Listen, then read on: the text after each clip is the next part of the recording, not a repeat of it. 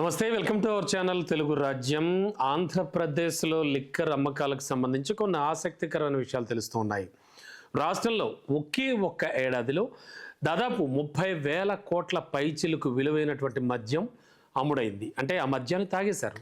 సగటున రోజుకు 83.38 కోట్ల విలువైనటువంటి 78,676 కేసుల మందు అమ్ముడైపోయింది. అయితే గవర్నమెంట్ మద్యం ధరలను తగ్గించడంతో అమ్మకాలు పెరిగినా కూడా వాటి వాల్యూ పరంగా చూస్తే ఆ స్థాయి పెంపైతే కనిపించడం లేదు.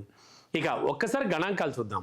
2023-24తో పోలిస్తే 24-25లో 9.1% మాత్రమే అమ్మకాలు పెరిగాయి. కానీ వాల్యూ మాత్రం కేవలం 0.34% మాత్రమే పెరిగింది. అయితే కొత్తగా ₹99 మద్యం బ్రాండ్లను గవర్నమెంట్ ప్రవేశపెట్టడం, అలాగే చాలా రకాల బ్రాండ్లు ధరలు తగ్గించుకోవడంతో ఈ సిచ్యువేషన్ వచ్చిందని చెప్పచ్చు. ఇక 12 జిల్లాల్లో మద్యం అమ్మకాలు తగ్గినట్టుగా కూడా తాజా గణాంకాలు వెల్లడిస్తున్నాయి. ఇక ఆ జిల్లాలు ఏమిటి, ఆ పరిస్థితి ఏమిటి చూస్తే కడపలో 4.36%, విశాఖలో 3.36%, ప్రకాశంలో 2.68%, నంద్యాలలో 2.66%, విజయనగరంలో 2.45%, అటు పల్నాడులో 2.32%, బాపట్లలో 2.27%, కృష్ణాలో చూస్తే 1.83%, అనకాపల్లిలో 1.77%, అటు శ్రీకాకుళంలో 1.39%, పార్వతీపురం మన్యంలో చూస్తే 1.34%, నెల్లూరులో 1.32% మేర అమ్మకాలు బాగా తగ్గాయని చెప్తున్నారు. ఇక మిగిలిన 14 జిల్లాల్లో అమ్మకాలు బాగా పెరిగాయి.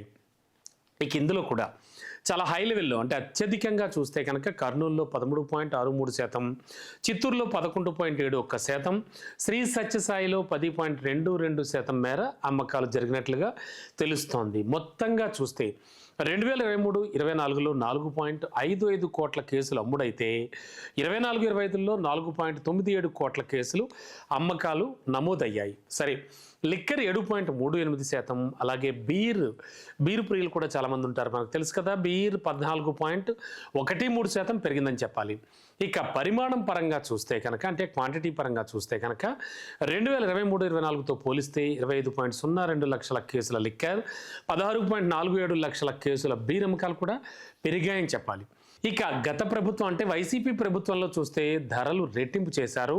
దీంతో వినియోగం తగ్గిందనే చెప్పాలి. ఆ తర్వాత ధరలు తగ్గించినా పక్క రాష్ట్రాలతో పోలిస్తే ఏపీలో ఎక్కువ ధరలే ఉన్నాయి. అయితే కూటమి ప్రభుత్వం అధికారంలోకి వచ్చాక పరిస్థితి ఏమిటి అంటే ₹99 మద్యం అందుబాటులోకి తీసుకొచ్చింది. అది కూడా నేషనల్ లెవెల్లో ఉన్న బ్రాండ్లు ₹99కే మద్యాన్ని తయారు చేసి ఇచ్చేస్తున్నాయి. దీంతో మొత్తం అమ్మకాల్లో ₹99 బ్రాండ్ల వాటా 30% చేరుకుంది.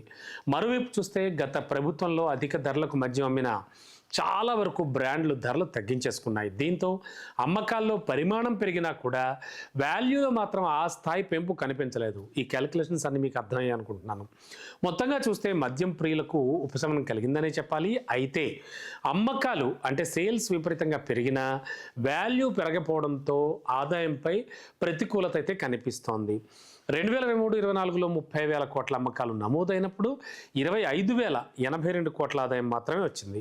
మరి గతేడాది స్వల్పంగా విలువ పెరిగి 30,183 కోట్ల అమ్మకాలు నమోదయ్యాయి సేల్స్.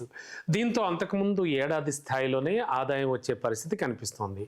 మరి గతేడాది కొత్త మద్యం పాలసీని అమల్లోకి తీసుకొచ్చినప్పుడు దరఖాస్తు రుసుముల రూపంలో 1,800 కోట్లు వచ్చాయి. మరి జగన్ ప్రభుత్వంలో జే బ్రాండ్స్ పేరుతో సొంత బ్రాండ్లను షాపుల్లో విక్రయించడం మొదలుపెట్టారు. ఇది మద్యం తాగేవారి ఆరోగ్యంపై కూడా అప్పట్లో ఎఫెక్ట్ పడిందని చాలా స్టోరీస్ వచ్చాయి. మరి దీనిపై పెద్ద ఎత్తున విమర్శలు వచ్చినా కూడా గత ప్రభుత్వం జే బ్రాండ్ల విషయంలో ఏమాత్రం వెనక్కి తగ్గలేదు.